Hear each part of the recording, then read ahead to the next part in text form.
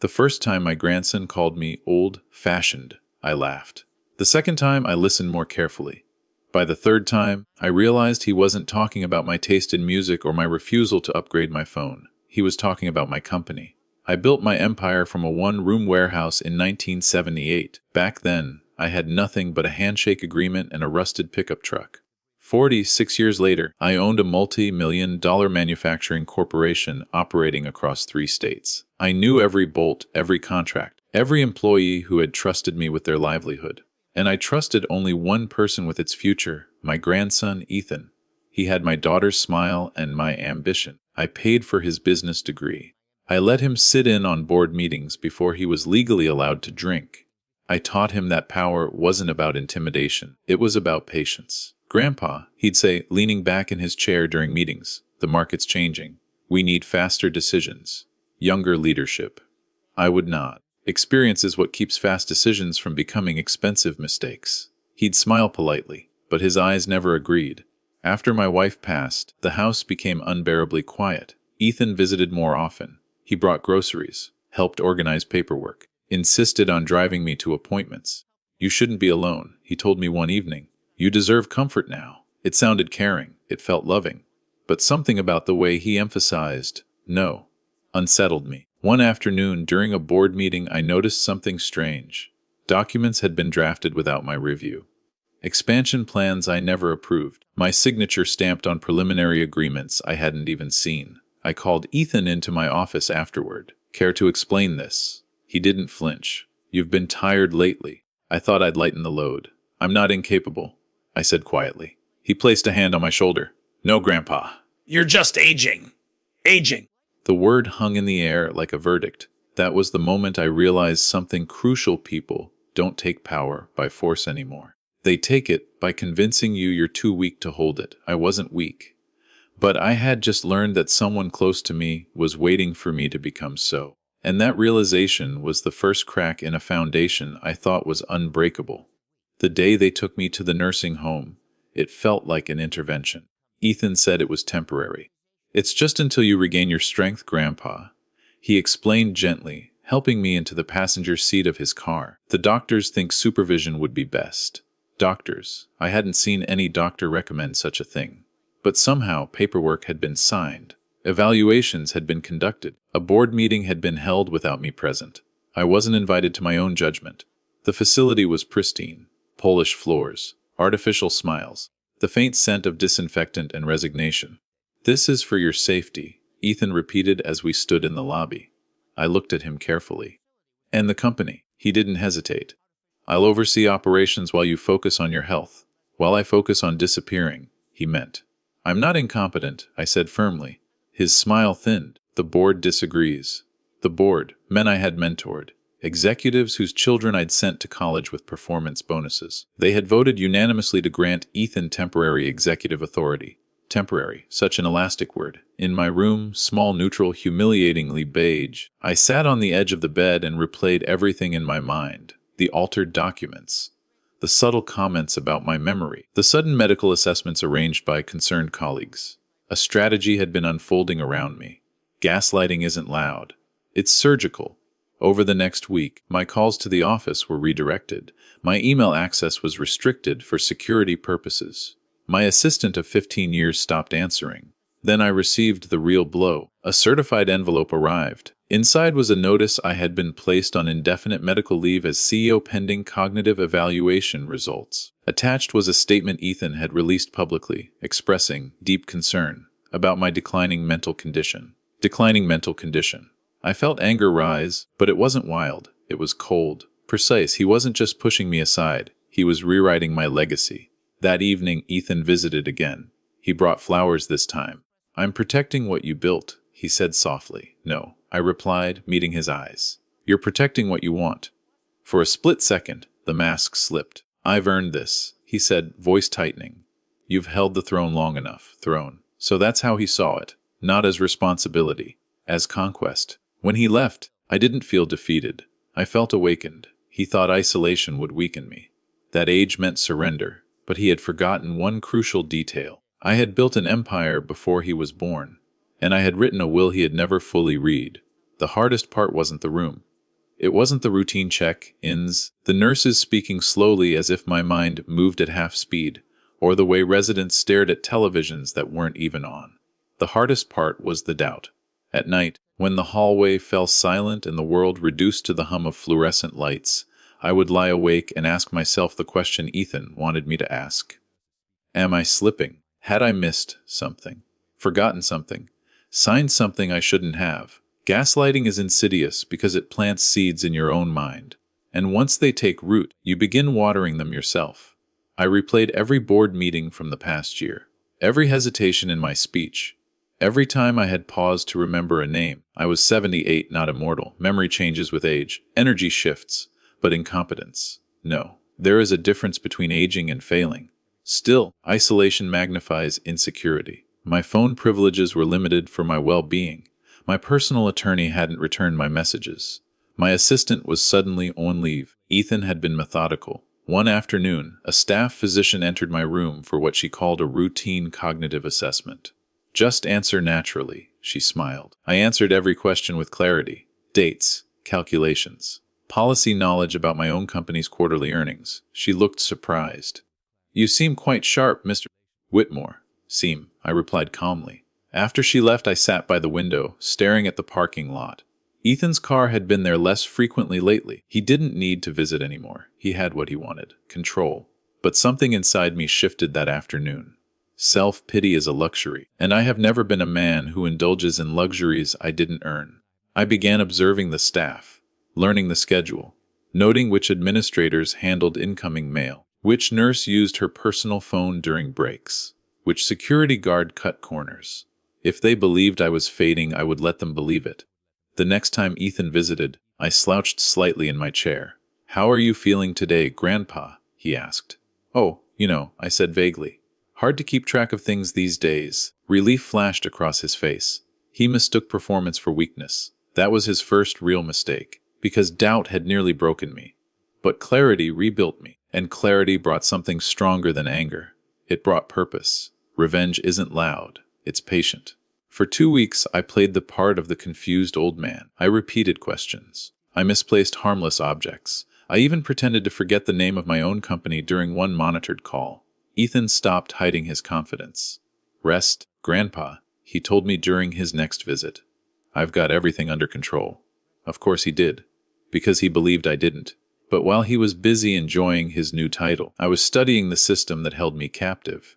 The nurse who handled mail, Carla, checked her phone every afternoon at 30:15 p.m. without fail. The security guard at the east entrance stepped outside to smoke precisely at 80:40 p.m. The administrative office left incoming legal correspondence in an unlocked tray before filing. Patterns.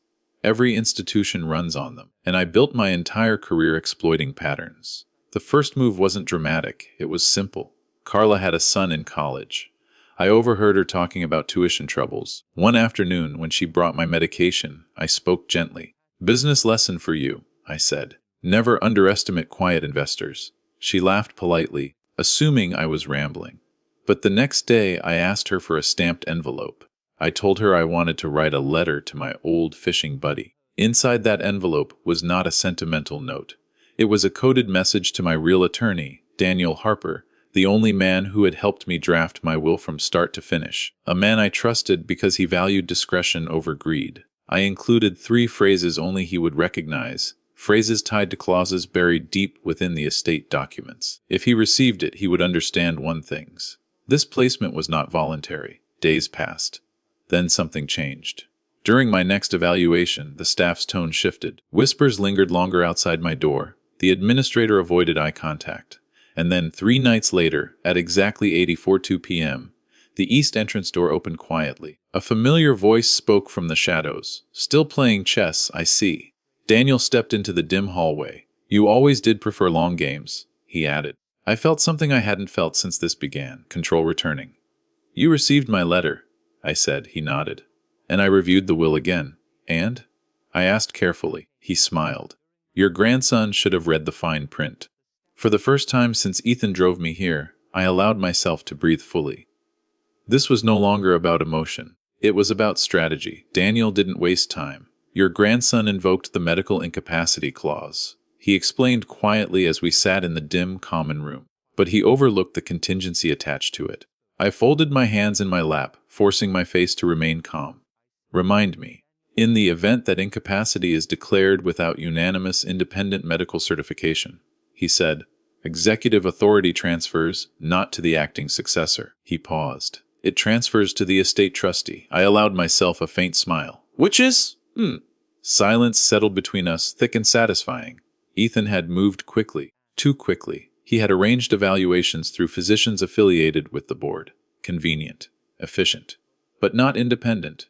He had assumed no one would question it. He had assumed I wouldn't be in a position to fight. He had underestimated the documents I signed years ago, when my mind was sharp and my paranoia sharper. What happens now? I asked. Daniel adjusted his glasses. Tomorrow morning, an emergency board session will be called. The trusteeship activates immediately pending a full, external evaluation. And Ethan, he'll retain his title temporarily, Daniel said carefully. But he'll answer to me. Perfect. The next morning I received a call, this time not blocked or redirected. Daniel placed it on speaker so I could listen. I heard the confusion first. What do you mean trusteeship? One board member demanded. Another voice, Ethan's tight but controlled. This must be a misunderstanding. No misunderstanding, Daniel replied smoothly. You invoke Clause 14b. Unfortunately, you neglected subsection 4. Paper rustled.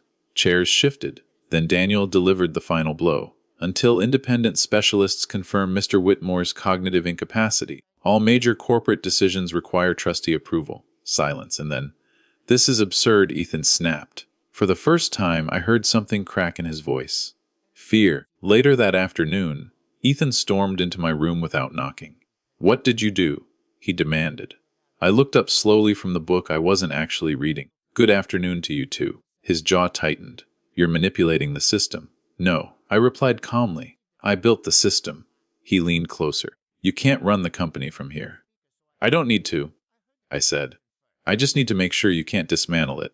His confidence was gone now, replaced by something uglier, desperation. You're making this difficult, he hissed. I held his gaze. You made it personal. He left without another word. And for the first time since arriving at this place, the walls didn't feel like confinement. They felt like camouflage. The first move had been made. Not explosive, not public, but precise. The words echoed in my mind long after Daniel hung up. Your grandson has been moving company assets, not reallocating. Not restructuring, moving. The next evening, Daniel returned with a thin leather folder tucked under his arm.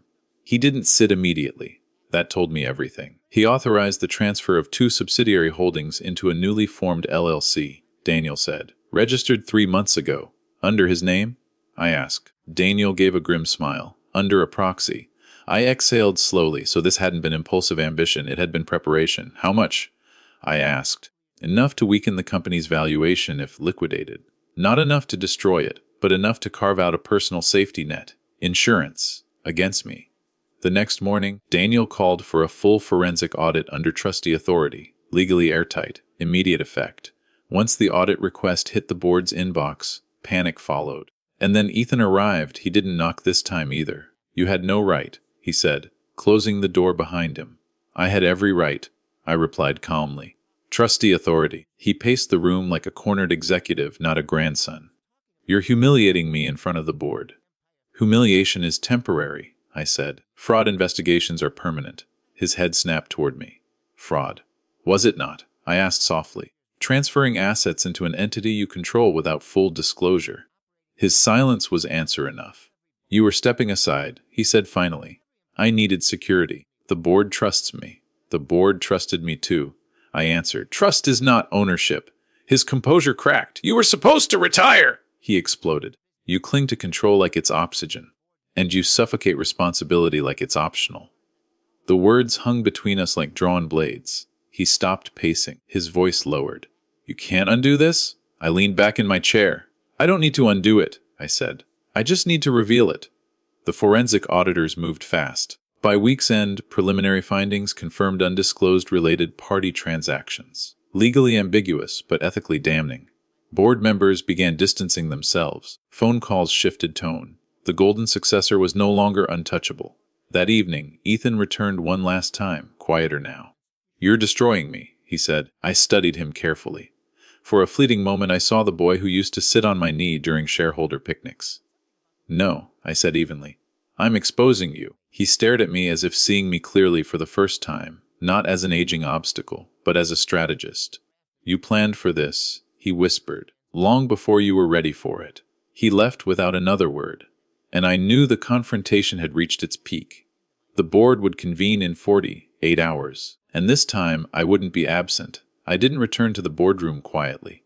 I walked in through the front entrance of my own headquarters at 90 Vosere, unannounced, unassisted, and fully cleared by two independent neurologists whose credentials carried more weight than every whisper Ethan had planted. The receptionist nearly dropped her phone. Word travels fast in corporate hallways. By the time I reached the executive floor, silence followed me like a shadow. When I entered the boardroom, every seat was filled, except mine. Ethan stood at the head of the table. For a brief moment, neither of us spoke. Then I pulled out my chair. Good morning, I said calmly. The air felt electric. Daniel distributed copies of the forensic audit summary. No theatrics, just numbers, timelines, shell entities, signature authorizations. One board member cleared his throat. Ethan cared to explain the Whitmore Strategic Holdings transfer. Ethan's jaw tightened. It was a protective measure, a restructuring strategy. Without disclosure, another director pressed. He looked around the room, searching for allies. He found none, because loyalty shifts quickly when risk enters the equation. I spoke quietly, deliberately. You claimed I was mentally unfit, I said. Yet you were confident enough in my incapacity to bypass corporate governance protocols. He didn't answer. You didn't just question my health. I continued. You leveraged it. A murmur rippled across the table. Daniel slid forward the final document, the independent medical evaluations. Clear, conclusive, fit for duty. The vote was swift. Ethan was removed as acting CEO pending further investigation into fiduciary misconduct. He didn't protest this time. He just stared at me. When the room emptied, he remained seated. You could have just retired, he said quietly. And you could have just waited, I replied. He let out a hollow laugh. I thought you were in the way. I was protecting what you were too impatient to earn. His shoulders sagged, not in rage, but in realization. Security escorted him out, not in handcuffs, not in disgrace, but in silence. The press release that followed was carefully worded. Internal governance review. Leadership transition. No public scandal. I wasn't interested in destroying the company to punish him. But consequences must exist, family or not. That evening, I stood alone in my office for the first time in months. The same desk, the same city skyline. Nothing had changed, except everything. Ethan would face civil proceedings. The board would restructure oversight policies. Trust, once fractured, would never fully return. And I felt no triumph, only clarity. The full reading of my will took place 1 week later. Not in a courtroom, not in a hospital, but in the same boardroom where my grandson once tried to erase me. I chose the location deliberately. Legacy should always be confronted where it was challenged. Ethan sat at the far end of the table, not as CEO, not even as acting executive, just as my grandson. Daniel began reading. Most of it was standard charitable foundations, executive trust allocations, employee stock protections. I had always believed a company is only as strong as the people who build it. Then came the clause Ethan never bothered to examine closely. In the event that any direct heir is found to have intentionally manipulated, misrepresented, or acted in bad faith to accelerate succession. Daniel paused. That heir forfeits controlling interest. Silence filled the room. Ethan's face drained of color. Controlling interest? Daniel continued. Transfers instead into an irrevocable employee trust overseen by an independent board. A trust. Not to me. Not back to Ethan. To the employees. I finally spoke. You wanted ownership, I said quietly. But ownership without integrity destroys what it touches. He swallowed hard. You're giving it away. No, I corrected him. I'm protecting it. The clause had been written 10 years ago, after watching other family dynasties collapse under greed. I had always feared ambition without character. I just never expected it so close to home. Ethan stood slowly. So I get nothing. You get something far more valuable, I replied.